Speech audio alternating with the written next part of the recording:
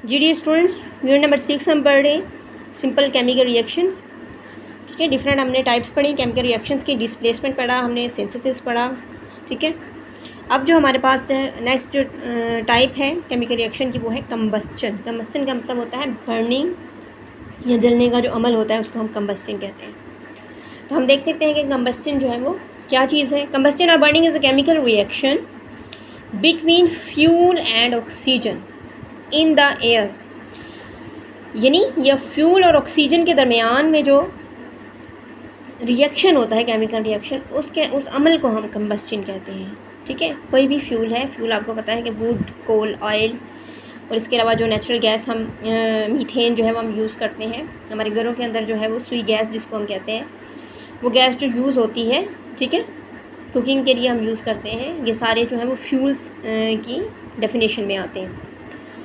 तो ये किसकी मौजूदगी में बर्न कर रहे होते हैं? ये ऑक्सीजन की मौजूदगी में बर्न कर रहे होते हैं। ठीक है, यानी फ्यूल के और ऑक्सीजन के दरमियान में जो केमिकल रिएक्शन होता है उसको हम बर्निंग कहते हैं।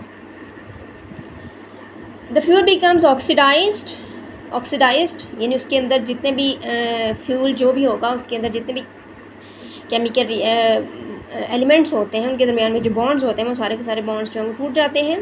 ठीक है, ब्रेक डाउन हो जाती हैं उनकी और वो ऑक्साइड बनाते हैं। ठीक है, the reaction release energy in the form of, अब जब बॉन्ड्स टूट जाएंगे उसके दरमियान में सारे, तो क्या होगा उसके नतीजे में? एनर्जी रिलीज़ होगी। किसकी सूरत में? हीट और लाइट की सूरत में। ठीक है, यानी फ्यूल और ऑक्सीजन के दरमियान में जब केमिकल रिएक्शन होगा तो फ्यूल के अंदर जितने भी एलिमेंट्स हैं उनके दरमियान बॉन्ड्स टूट जाएंगे, वो ऑक्साइड्स हो जाएगा, यानी वो ऑक्साइड बनाएगा। और इस रिएक्शन के नतीजे में बहुत सारी एनर्जी रिलीज़ होगी। किस सूरत में? In the form of heat and light. ठीक है, जैसे नेचुरल गैस जो होती है वो हम जो कुकिंग के लिए इस्तेमाल करते हैं वो हमें लाइट भी दे रही होती है और हीट भी दे रही होती है। ठीक है, अब फ्यूल जो है उसमें कौन कौन सी चीज़ें आ जाती हैं? फ्यूल्स हैं जैसे वुड है, लकड़ियाँ जो हम जलाते हैं, कोल है, कोयला, ऑयल और मीथेन नेचुरल गैस जो होती है वो बहुत अच्छे तरीके से ये बर्न हो सकते हैं। इसके अंदर बर्निंग का जो प्रोसेस है, रिएक्शन है, वो बहुत अच्छे तरीके से होता है। Large quantities of these fuels are burn to provide energy to drive motor vehicles, ships, aircraft and to generate electricity in power stations. यानी ये फ्यूल्स जो हैं वो यूज़ किए जाते हैं मोटर व्हीकल्स के अंदर भी, शिप्स के अंदर भी। अब तो ज़्यादातर ऑयल यूज़ किया जाता है। आपको पता है कि पहले जो ट्रेन्स होती थी उनके अंदर कोयला यूज़ किया जाता था, रेलगाड़ियाँ जो होती थी।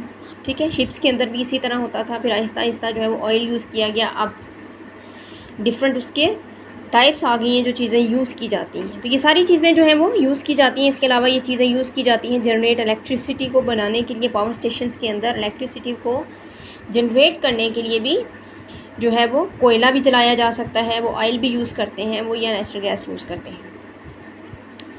दे are also used in our homes for heating and cooking. हमारे घरों के अंदर भी जो है वो हम अपना खाना बनाने के लिए फ्यूल यूज़ करते हैं। ठीक है, कुछ घरों में नेचुरल गैसेस होती हैं वो यूज़ की जाती हैं। कुछ घरों में जहाँ पे गैस का नहीं है कनेक्शन, वहाँ पे लोग जो है वो लकड़ियाँ जलाते हैं, कोयला यूज़ करते हैं या वो वुड यूज़ करते हैं। ठीक है, इसके अलावा चूल्हे ऑयल के भी होते हैं। यानी वो इन तमाम फ्यूल्स को यूज़ करते हैं अपने खाने को बनाने के लिए। दीज फ्यूल्स बर्न वेल, ये क्यों बहुत अच्छे तरीके से और जो दूसरी चीज़ें होती हैं वो क्यों नहीं ज़्यादा अच्छे तरीके से बर्न होती हैं? ये जो फ्यूल है, वुड है, ऑयल है, कोल है, ये ज़्यादा अच्छे तरीके से क्यों बर्न हो जाता है? ठीक है, इसका एक ये है रीज़न, क्योंकि ये इसके अंदर हाइड्रोजन और कार्बन प्रेजेंट होता है। ठीक है, because they are contain carbon and hydrogen, ये हाइड्रोकार्बन्स होते हैं। इसलिए क्योंकि इनके अंदर हाइड्रोजन होता है, इसकी वजह से हाइड्रो, और कार्बन होता है इस वजह से कार्बन, इसलिए इनको हाइड्रोकार्बन्स कहते हैं। ठीक है, इन फ्यूल्स को। अच्छा, होता क्या है जब ये फ्यूल और साथ ऑक्सीजन जो है वो दोनों के दरमियान केमिकल रिएक्शन होता है? तो होता क्या है? फ्यूल है कोई भी, ठीक है, और वो फ्यूल हमने पढ़ा है कि उसके अंदर कौन सी दो चीज़ें होती हैं? कार्बन और हाइड्रोजन होता है उसके अंदर। ठीक है, इसलिए ये बहुत अच्छे तरीके से बर्न करते हैं। अब फ्यूल का हमें पता है कि इसके अंदर कौन सी दो चीज़ें प्रेजेंट हैं? कार्बन है और हाइड्रोजन है। ठीक है, ऑक्सीजन फ्यूल जो है उसके अंदर कार्बन और हाइड्रोजन होता है और वो ऑक्सीजन की मौजूदगी में सारे केमिकल जो है वो केमिकल रिएक्शंस करते हैं, जो उसको हम कंबस्चन कहते हैं, यानी बर्न होता है वो। और उसके नतीजे में एट द रिज़ल्ट जो है इस केमिकल के जो रिएक्शन है इसके बाद बनता क्या है, बनता है वाटर। वाटर का अगर हम फार्मूला देखें तो H2O है, ठीक है। यानी उसने हाइड्रोजन फ्यूल से ले लिया और ऑक्सीजन जो है वो यहाँ से ली, तो क्या बन गया, H2O। हाइड्रोजन भी आ गई और उसमें ऑक्सीजन भी आ गया। साथ में रिलीज़ होती है कार्बन डाइऑक्साइड। आपको पता है कि फ्यूल के अंदर क्या होती है, कार्बन होती है, ठीक है। ऑक्सीजन यहाँ से एयर से ले ली और फ्यूल से कार्बन लिया और कार्बन डाइऑक्साइड बना दिया, ठीक है। और साथ में हीट एनर्जी रिलीज़ होती है और हीट जो एनर्जी जो होती है वो, जैसे यहाँ पे देखें हीट एनर्जी रिलीज़ हो रही है।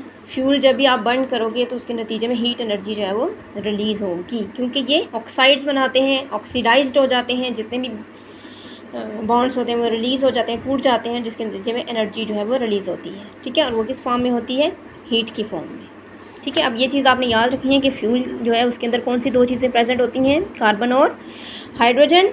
और वो किसकी मौजूदगी में, इन द एयर में ऑक्सीजन होती है। तो फ्यूल जो होता है वो ऑक्सीजन की मौजूदगी में जब बर्न करता है तो उन दोनों के दरमियान में होता है केमिकल रिएक्शन। उस केमिकल रिएक्शन के नतीजे में जो है वो क्या बनता है, वाटर, ठीक है। वाटर, हाइड्रोजन यहाँ फ्यूल से लिया, ऑक्सीजन लिया और H2O बना दिया। साथ में कार्बन डाइऑक्साइड बनती है, फ्यूल से कार्बन लिया, ऑक्सीजन लिया और कार्बन डाइऑक्साइड बना दिया और साथ में हीट एनर्जी जो है वो रिलीज़ होती है।